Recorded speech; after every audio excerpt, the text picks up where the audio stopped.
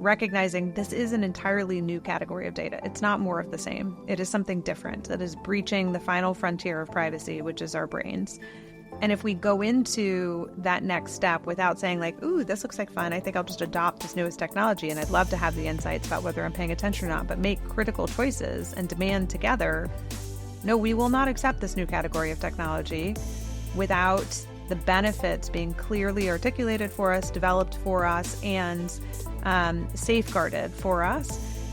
We can collectively act together in that way. Hello, everyone, and welcome to this very special edition of Through Conversations podcast, where we explore the truth through conversations with the most brilliant minds. And today, I'm joined by a brilliant mind indeed, Professor Nita Farahany. Professor, thank you so much for joining me today. It's a pleasure to be here.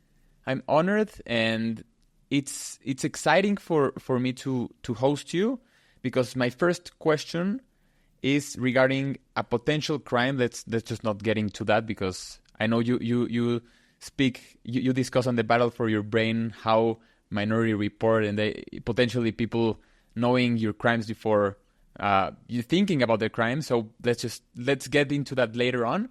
But if I would say that in a hypothetical scenario that I committed a crime because my brain compelled me to do so, what is your gut reaction to this? Is this a legitimate defense nowadays? Probably not. Could I imagine a future where it is a legitimate defense? Maybe. It depends on what your brain looks like at the time. But I'll tell you, that's the question that first got me into a lot of the issues that are in the book. Probably more than a decade ago, I started really tracking that argument, my brain made me do it argument. And this was increasingly, as neuroscience was becoming more sophisticated, as what we were learning about the brain and its impact on behavior, in specific cases where something was going wrong with a person's brain, more and more criminal defendants were coming into the courtroom and saying, my brain made me do it. And at first, I think a lot of jurors and judges didn't know what to do with that, because here were images that showed this person had a brain abnormality or had a tumor or something like that.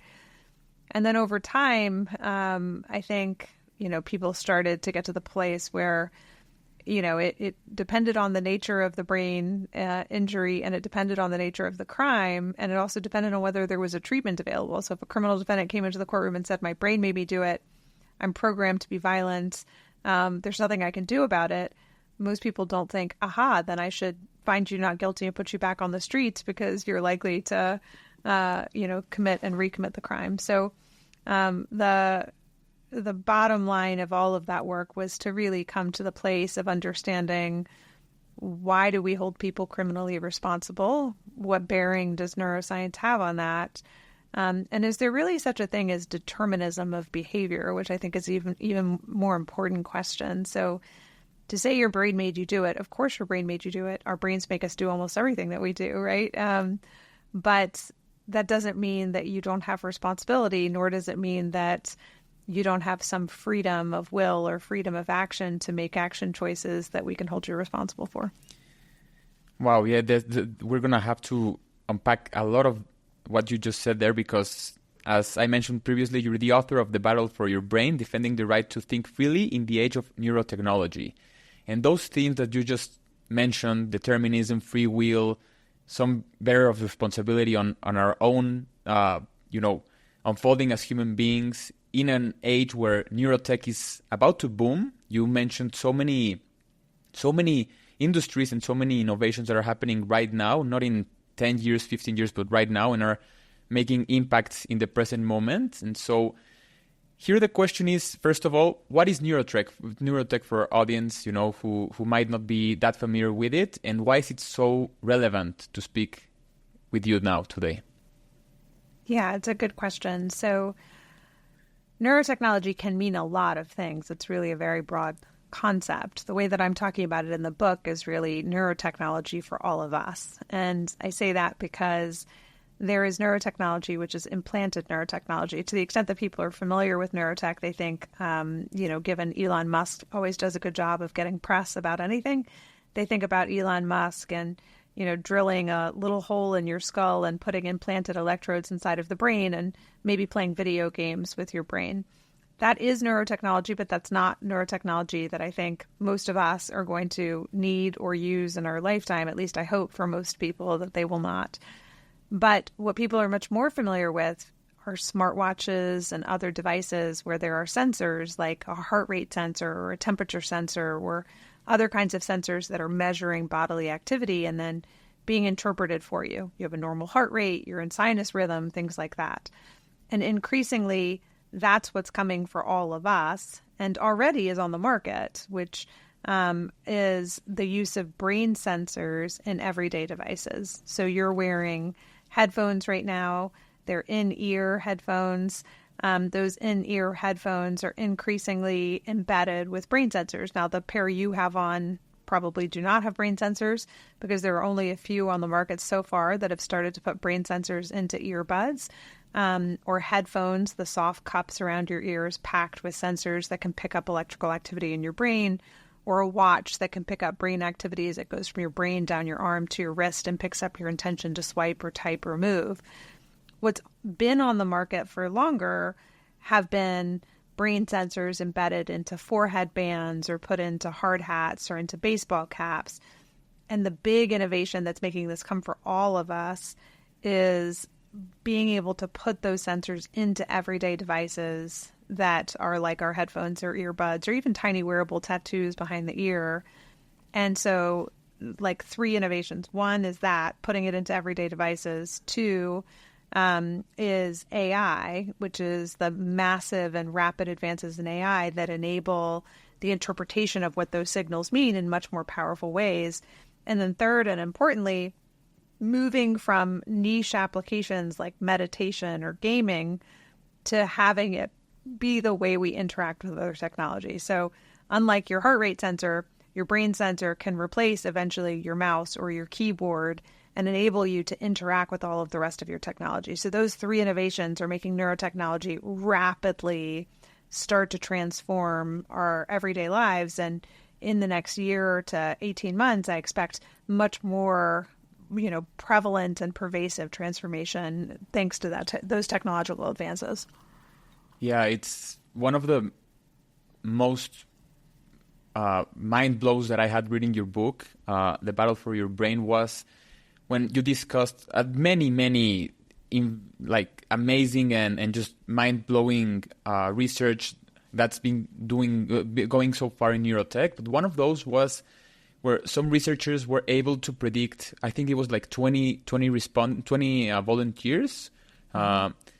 They were able to identify the person just with by monitoring their brain waves, by listening to their favorite songs. Mm-hmm. That's just mind-blowing. That means that, even though this is getting into the philosophical realm of things, but even though I might have a preference or some uniqueness of me, people will be able to identify it through brainwaves. And that, in a way, concerns me because there's huge benefits to all of this, these wearables and tracking ourselves. And the peril of it might be that we're too obsessed by the self-metricalization of life.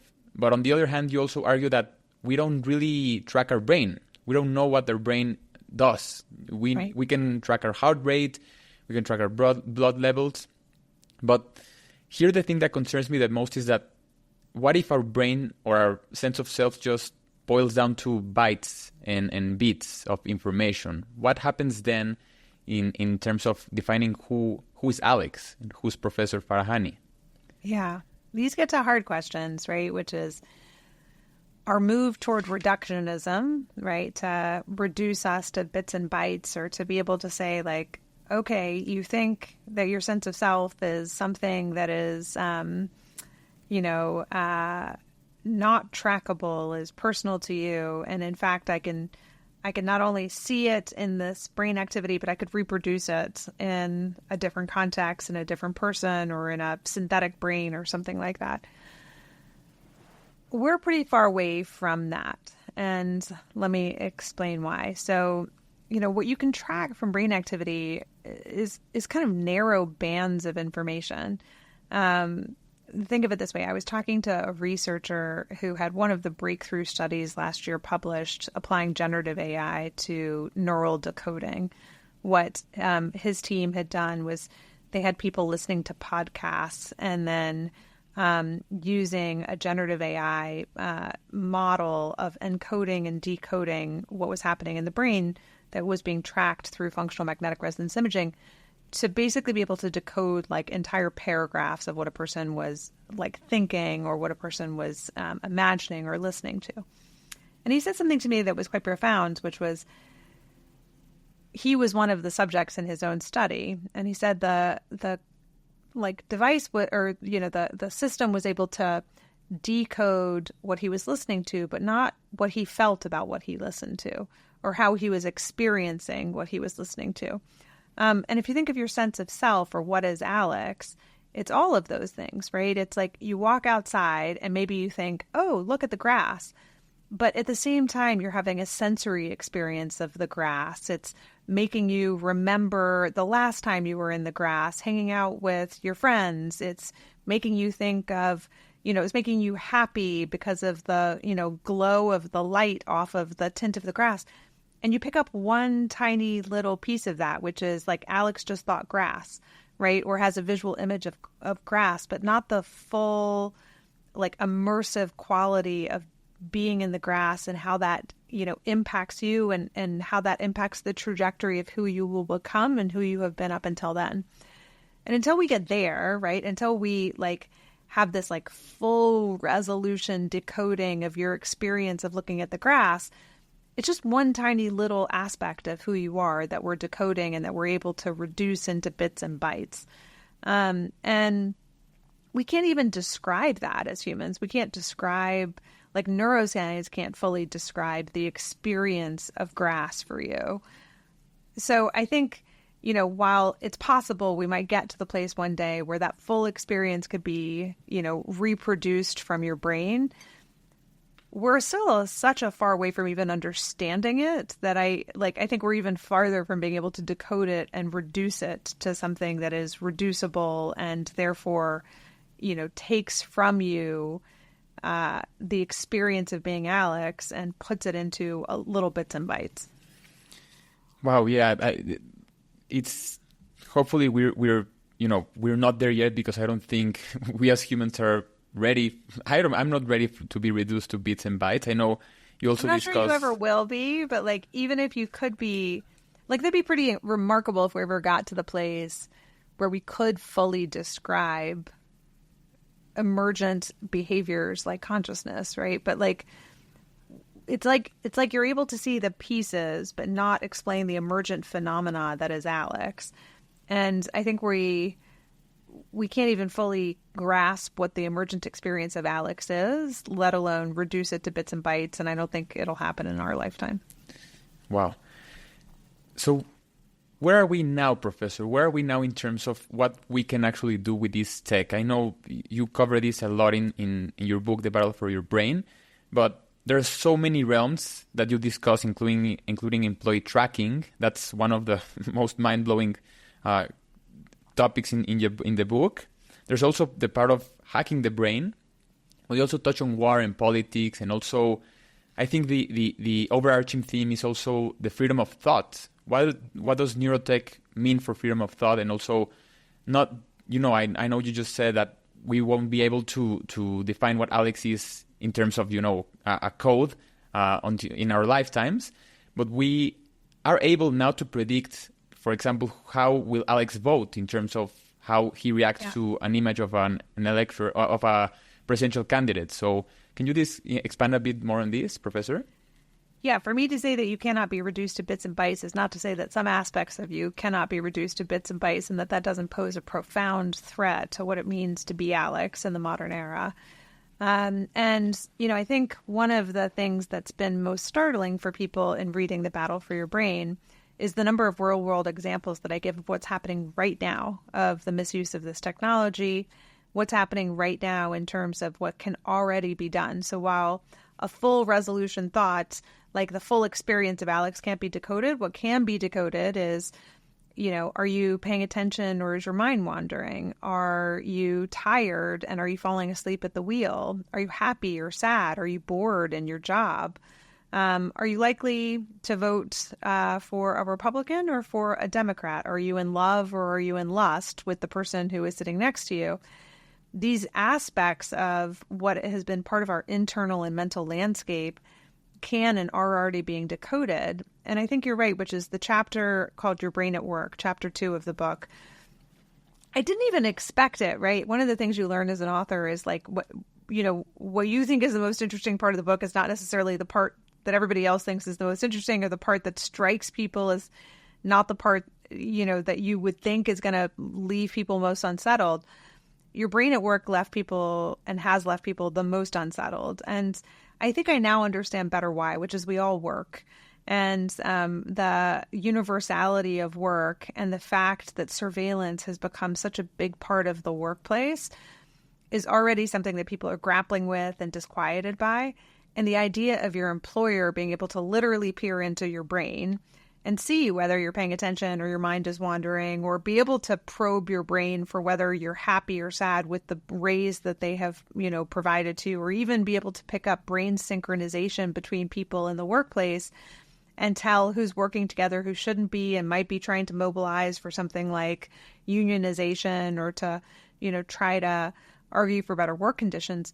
These are not hypotheticals. These are all, kinds of examples that I give in the book of real world tracking of employees that's already happening. And when I presented some of this material at the World Economic Forum in Davos, I had the CEO of a major company come to me afterwards and say, like, we would make a great use case for you in your presentation about this because we've already used neurotechnology on thousands of our employees across Asia, and we're tracking so much more than are they paying attention or their mind is wandering. We're tracking things like, are they bored or engaged with their work? What does it look like for their brain activity when they're working from home versus working in the office, and then making managerial level decisions, or in hiring, using complex, testing of people's brain activity, whether it's through cognitive tests or through neurotechnology, to then try to, make decisions about whether to hire or fire or promote people.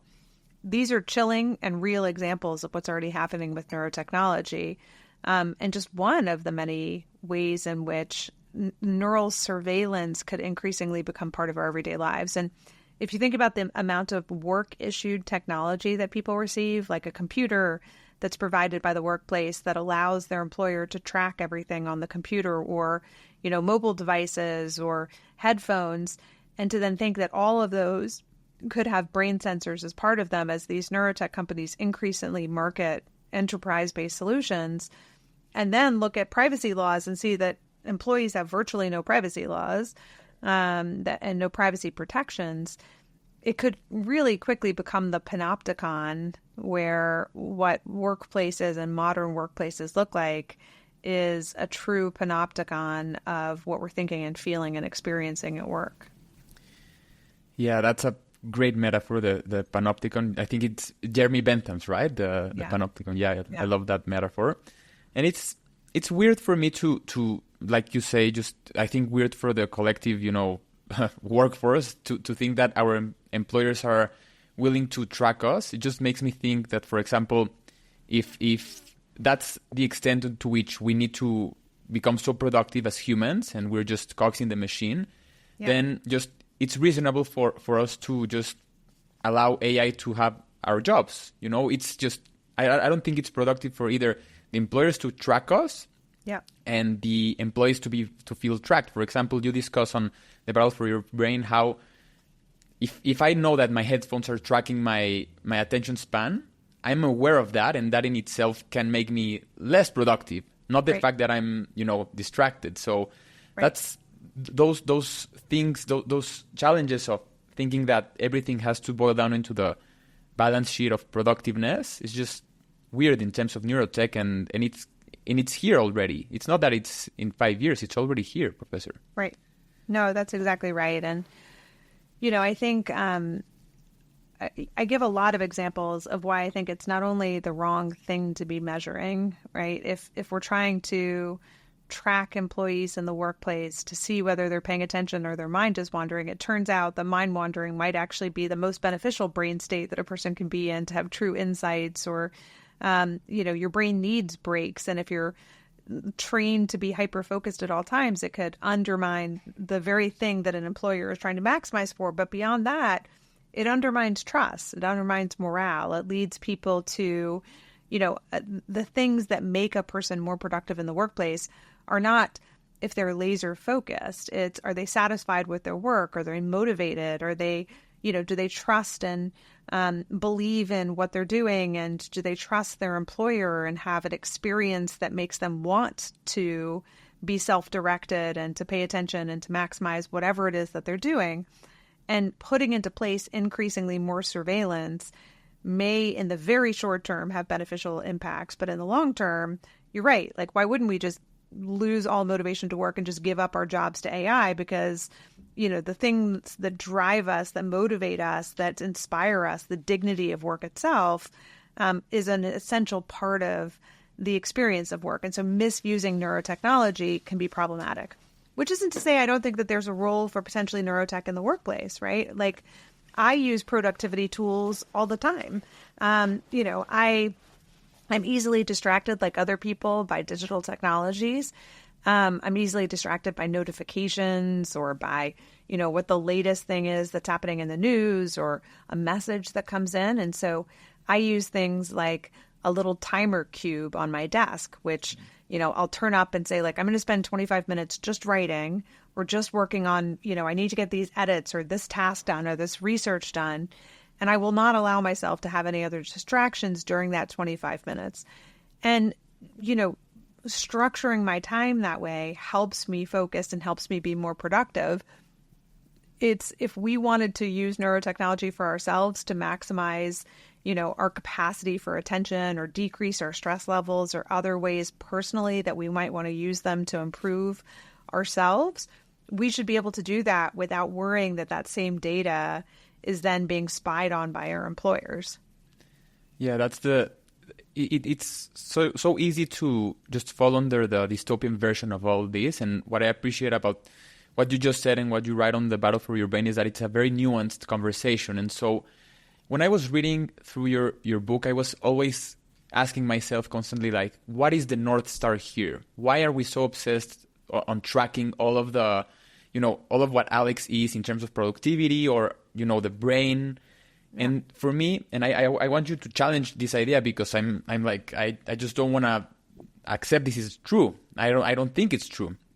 But I feel like the North Star is just making money. It's just, the startups are creating these technologies just to be acquired. For example, you discussed one of those startups that was acquired by Meta so that they can remove, the AR and VR technologies. And I just keep thinking, this cannot be it. There has to be just the potential upside in terms of health, in terms of just not only using the Fitbit for them to use it as a Trojan horse to acquire our data and scrap our brain data, but there has to be some, ulterior motive here, Professor. That's like my... So, my biggest... it's interesting because if you talk to a lot of the startup founders, they have a backstory. Like, one of them had a parent who had who was on a ventilator in the ICU and couldn't communicate, and seeing their parents' dignity taken from them and the inability to communicate their wishes or communicate at all, they wanted to find a way to create communication. And so then they started to think about, like, is there some way, if you have a tracheotomy, like if you're intubated or something like that you could communicate otherwise. And so then they started to develop a technology that would enable that to happen by having brain signals that are translated.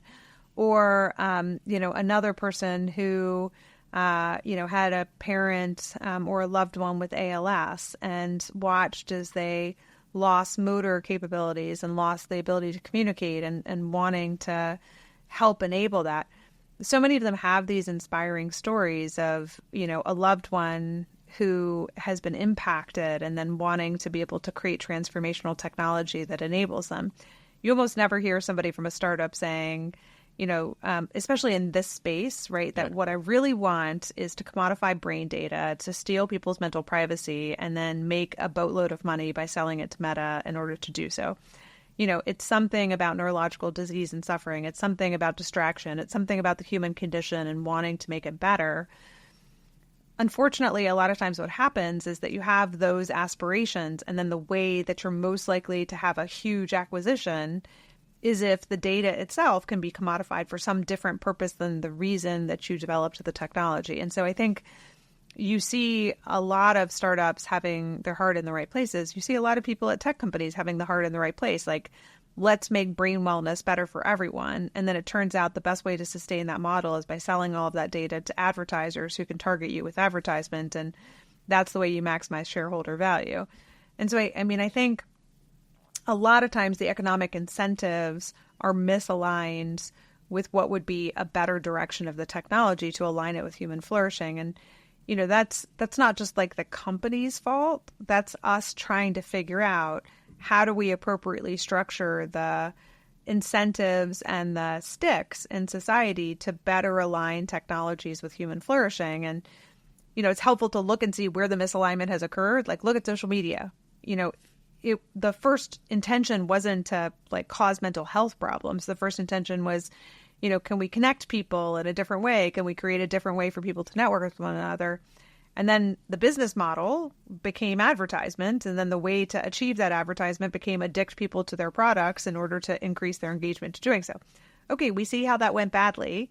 And so can we learn from that and put into place better incentives and sticks, like laws that can try to direct the technology in ways that can improve our self-determination rather than undermining it?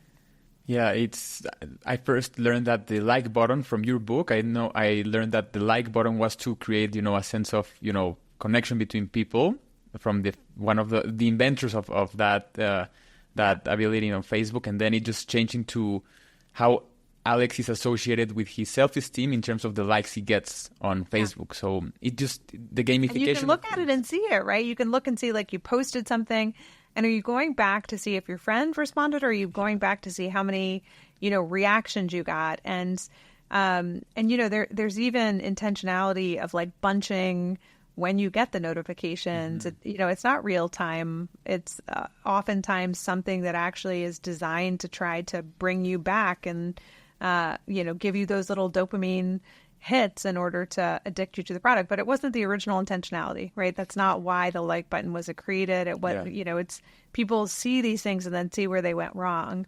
There's a similar story from the person who, first implemented infinite scroll, where the intention wasn't to have your brain never have a natural stop signal where you scroll endlessly, into doom scrolling. But that's what the consequence of it was. And, he's spending the rest of his life trying to atone for that. So in today's world, it is becoming increasingly difficult to access truthful, nuanced, and wide-ranging perspectives in terms of the truth we consume and the information we consume. It is increasingly difficult to know what's truth and what's propaganda. Tangle News is an independent, non-partisan politics newsletter. They summarize the best arguments from across the political spectrum on the news of the day, and I've hosted the founder of Tangle News, Isaac Soul, for a conversation on how they engage with their own pieces of information, how they challenge their own ideas, and how does Isaac himself evaluate what's truth and what's not truth, and what to share with their audience. I've always found this newsletter the most balanced and also the most truthful in terms of understanding the political environment we live in and the implications of it for our society. I recommend you to take a look at it with a link in the notes below, and also you can reach out to me or you can reach out to the team so we can put you in contact with Tangle and they can help you set out your account. With that, I'm proud to be partnered with Tangle to share that with you. Here's the thing that I also, these situations that unfold are caused by some of the themes that you mentioned, that, the incentives are maybe not structured the way that they should be. And so here the question that I have, Professor, is if you could choose, which industries could have the power to keep developing these neurotech and use them in their products, which ones would you choose and which ones would you decide not to do so? Or if it would be better, if in terms of, acquiring big data and understanding really what the brain is, should we just expand the net and have everyone just use it? What is the best course of action here in terms of this unfolding technology? So, to me, it's not about banning technology. It's not about not enabling certain classes of technology to develop. It's about trying to understand where it can go wrong and then putting into place both the set of rights, but also the set of incentives to try to direct it better. So we can see that in employment, it could go wrong very quickly, right? And there are very few protections that exist in the workplace right now. And I don't think it's enough just to have notice and consent from employees, because that's not real in the employment context, given the power imbalance and the informational asymmetries. So there ought to be a right to mental privacy, right? There's a right to privacy as a fundamental human right, but there should be a right to mental privacy as just a precondition to human flourishing. Like, in order for us to have our basic needs met, we need to have self-actualization. And the fundamental linchpin to that is having mental privacy and freedom of thought. And so in the workplace, it shouldn't be something that can be bartered or, taken away from you easily. It should just be, you have a right to mental privacy. There is a space that you get to have as your own, and an employer can't spy on that. It's just that simple. And, if we start to recognize, like in the educational setting, kids have to be able to develop themselves, to have a space to mind wander, to fantasize, to figure out who they are as human beings. And it cannot be the place that in the classroom, the teacher or the parents or the state are peering into what a kid is looking at. And likewise, we have these principles of rights against self-incrimination. Those principles should really be much more robust. It's not just about whether you are likely to lie or tell the truth. It's that the government should be incentivized to gather evidence not from your brain, but from other sources, because the relationship between the state and the individual really becomes incredibly dystopic if the state is peering into what we're thinking or can interrogate our brains directly. And so, putting into place kind of clear boundaries about the application and misuse of the technology and safeguards against it, I think are really important. And then, the technology can develop in a way that allows us to do things like use it for our own improvement, to use it to improve and safeguard against, the growing burden and toll of mental health and drug use disorders in the world, without fear that it is a dystopic technology that puts us into an oppressive state. And you mentioned governments right now, and you touched on something that is counterintuitive, is that how can these neurotech innovations really undermine the sense of self, but not only that, can also impact democracy and freedom of thought. And so I would love for you to expand upon a bit on what does this mean? Is neurotech a friend or a foe of democracy? I think it depends is the short answer, right? It's a friend if it is used by individuals for their own purposes to cultivate their well-being and their space for mental reflection and reprieve. And it's a foe if it is used against us. If it is a tool that is used by others to oppress us. So I think technology is rarely the problem. It is how it's used or misused that becomes the issue. And in this instance, I think what we're really looking at is technology in the hands of the people used for their own purposes, or is it used against them by others? And how is it being used now in terms of politics, in terms of, freedom of thought? Is it being used to, I know that you touched on the battle for your brain. You mentioned China and a lot of scary things that are happening there. But how is it being used, for our listeners who might not be that familiar with it, just hear this topic and then just realize, wait, this might be 10 years from now, but what about the present moment, Professor? Yeah. So, I mean, that's I think, one of the reasons why it's well worth people reading the book is to see the examples of how it's being used today, even before it's in major tech companies' playbook, right? So understand that there are a lot of neurotech companies already on the market. There are a lot of products already on the market. The big transformational change that's coming is companies like Meta and Apple putting it into their everyday products such that it becomes a mainstream product. And I dedicate a good bit of the book looking at some of the government uses of it, both potential future uses of it, but also uses of it right now and uses of it historically. Brain biometrics is an interesting future use case, which is people are used to already doing things like unlocking their cell phones with their face, which is using facial biometrics, or in the past using thumbs, to be able to have physical biometrics that they could unlock devices with. Functional biometrics turn out to be more powerful biometrics. By functional, I mean, if you've ever unlocked your phone and it's the pattern of how you put in the code that it's detecting, that's a functional biometric, because how you do it may be different than how I do it. Mm-hmm. Your brain biometrics are more specific still, which is, how you sing a little stanza of a song is different than how I sing that stanza of the song. And that can be changed easily and it's hidden. So it becomes very powerful biometric. So governments are investing in whether that could become a secure biometric that we would both need to authenticate ourselves with, but it could be a way in which governments could authenticate and have access to our brain activity. Already, governments around the world, law enforcement agencies, have used neurotechnology like electroencephalography or EEG to interrogate people's brains. And what this looks like is, requiring somebody to wear an EEG headset, much like you could think of it as like a polygraph, forcing a person to take a lie detector, and except instead of having a person say yes, no answers, what it's measuring instead for governments around the world, increasingly they're using neurotechnology to do things like interrogation of a criminal suspect. So requiring that a person wear an EEG headset and then doing things like testing to see whether there's a pre-conscious recognition of an image. So showing a crime scene detail, and while they have an EEG headset on, and then measuring their automatic reaction or automatic recognition of that crime scene detail. And that is, that's already led to criminal convictions in countries like India of people based on what their brain data reveals. Yes, it's just concerning that on the one hand, we have this argument of, since I think 9/11, we had this argument that we have to strengthen our security, right?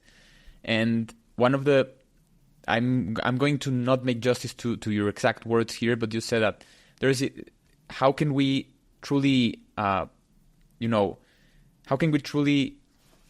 choose to track all of the people's brains, for example, just to try to prevent one single very random terrorist attack that will probably never happen. And so here's like the cost-benefit analysis in terms of, do we want us as individuals to be tracked all the time just to prevent one thing? But of course, that one thing can be very catastrophic. So it's a very nuanced conversation, but one that it's just weird to think that it's now we're talking about it in terms of our brains, that some companies might have more insights into who Alex is versus me, and this is just through the techniques. For example, you mentioned my headphones. I don't use the AirPods because of the Bluetooth thing. I've read a thing or two about those not being a good thing. But in today's society, now with Neurotech Professor, where does free will stand on? Because you also touch on manipulation and also marketing techniques. I hosted Moran Serf. You mentioned him on your book, and he says that, for example, when you touch on the Avatar movie, they were using these marketing campaigns to define what trailer is best for them to sell it. So how do I know if I'm truly making the choice by myself in a world where I don't even know if I'm seeing the trailer that touches the best aspects of myself or the one that's just best marketed to my brain? It's the hardest question, right, Alex? Which is, we have a robust sense of free will, but to what extent is that real or just entirely illusory? If you look at the way most digital technologies are designed like you think you launch a website like a social media company in order to, peruse what your friends are doing. You end up spending hours on it instead of, the minutes that you expected to spend on it. Are you making that choice? Are you being driven to make that choice? Do you really believe that? Like, do you believe that you don't have free will? So you started with this question of like, what does it mean for a criminal defendant to come into the courtroom and say, my brain made me do it? Right. Right. In many ways, our brains, like the right way to think about it is your brain makes you do everything that you do. And the external environment is increasingly puppeteering us to respond, but it always has been, right? If you go to the checkout counter at your favorite store, marketers have long studied what are you most likely to purchase at the last minute if they place it next to the counter. Maybe you forgot that you need batteries at home, so they have some, AA batteries next to there. Or maybe what they have found is that, the thing that people always forget to buy is a hammer, and so they have hammers, right? It's random. It's not like it's all candy next to the checkout counter. It's the things that have been studied that lead you to purchase impulsively at the last minute. Our environment, people are studying all the time how to manipulate our environment to drive and shape our choices. So the way I think about it is, a lot of our choices are constrained, but there's still a space of freedom of action. And the way we know that is, there's lots of things I can put in front of you. Like, I'm a chronic migrainer. I love sugar. I love chocolate, but I know chocolate will trigger a migraine for me. I know consequences. And so when I'm presented with chocolate, yes, I have all of these things I don't have control over. Like, I like sugar. I love chocolate. I have migraines. They're conflicting, and I still have to make an action choice. Do I reach out and pick up the chocolate and eat it, or do I not reach out and pick up the chocolate and eat it? And 9 times out of 10, I do not reach out and pick up the chocolate and eat it because I've decided that in weighing those consequences and in having the flexibility of my action choice that I'm not going to do so. But there's tons of constraints that went into that choice, right? And so if we think we're fully free living on an island, we're not.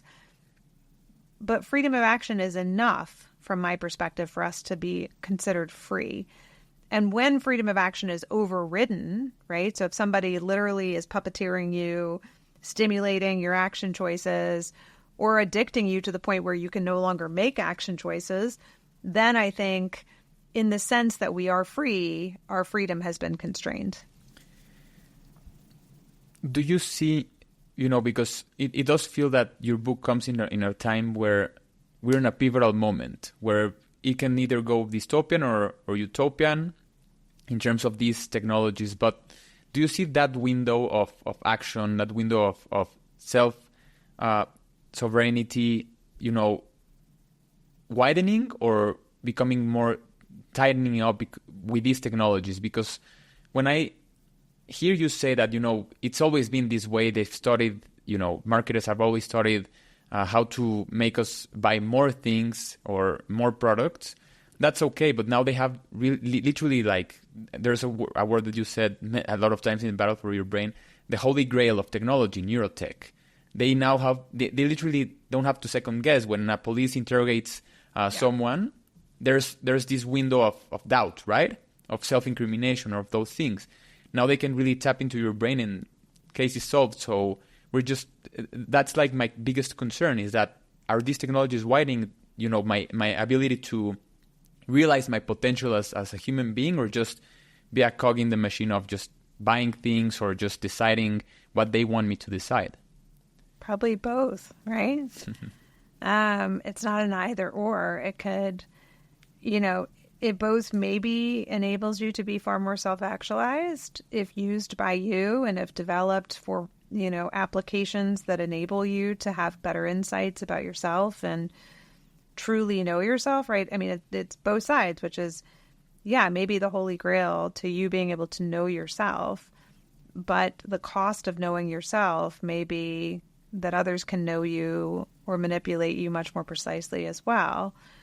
And, it may be that the former, the benefit of knowing yourself, from knowing yourself to knowing your neurological disease and suffering to having treatments for it, are worth the cost, but the cost is high and it's a precision, right? I mean, like, if every person who walked up to the checkout counter, a marketer can see literally how their brain reacts to every item that is by the checkout counter, you can be sure that what's by the checkout counter is going to change. And it could get to the point where it becomes compulsive. And, you know, the compulsivity of purchases as opposed to impulsivity of purchases, that's a fine line. But once you cross it, it becomes much more dystopian. And there have to be checks put into place to enable us to enjoy the upside without the significant downside.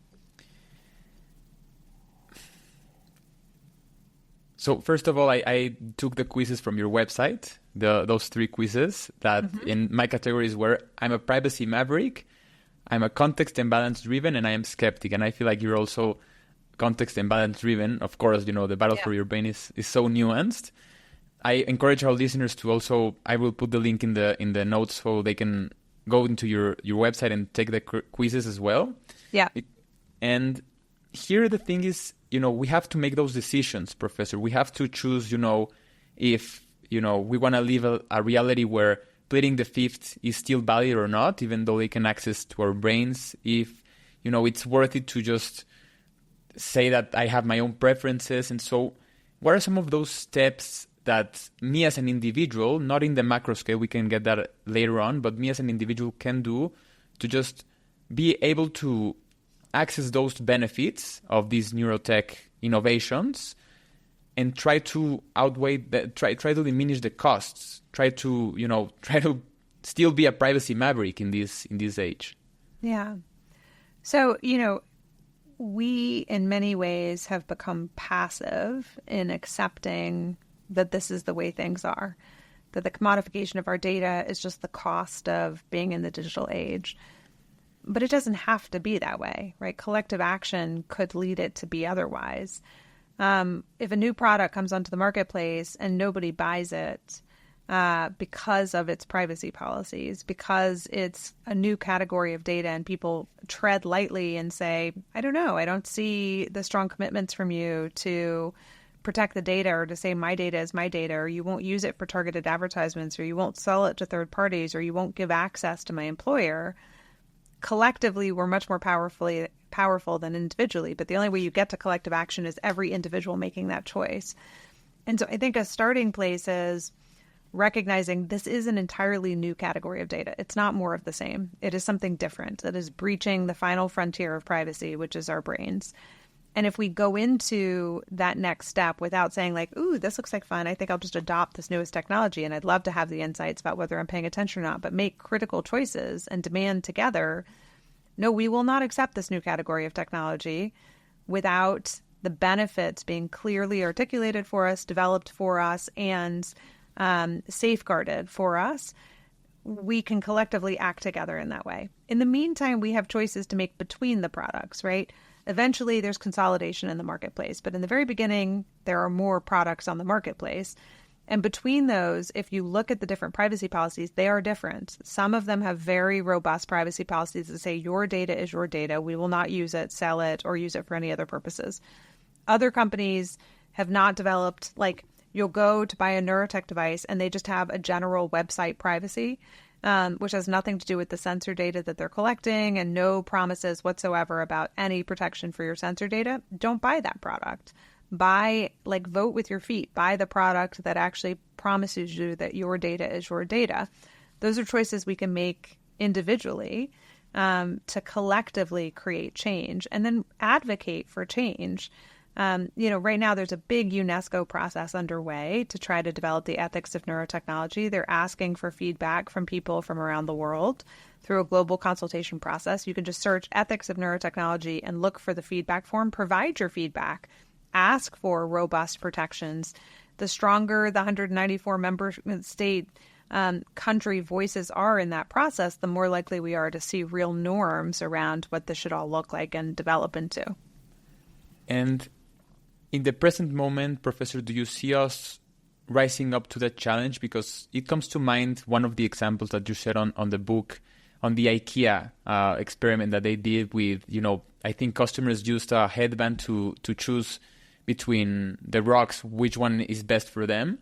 Yeah. And when they were asked, I think you mentioned this, you said that when they were asked if they were concerned about their privacy, no one ever mentioned a concern whatsoever. And so another piece of a product that comes to mind, and I've done a video on it, also a podcast on it, is the Apple Vision Pro.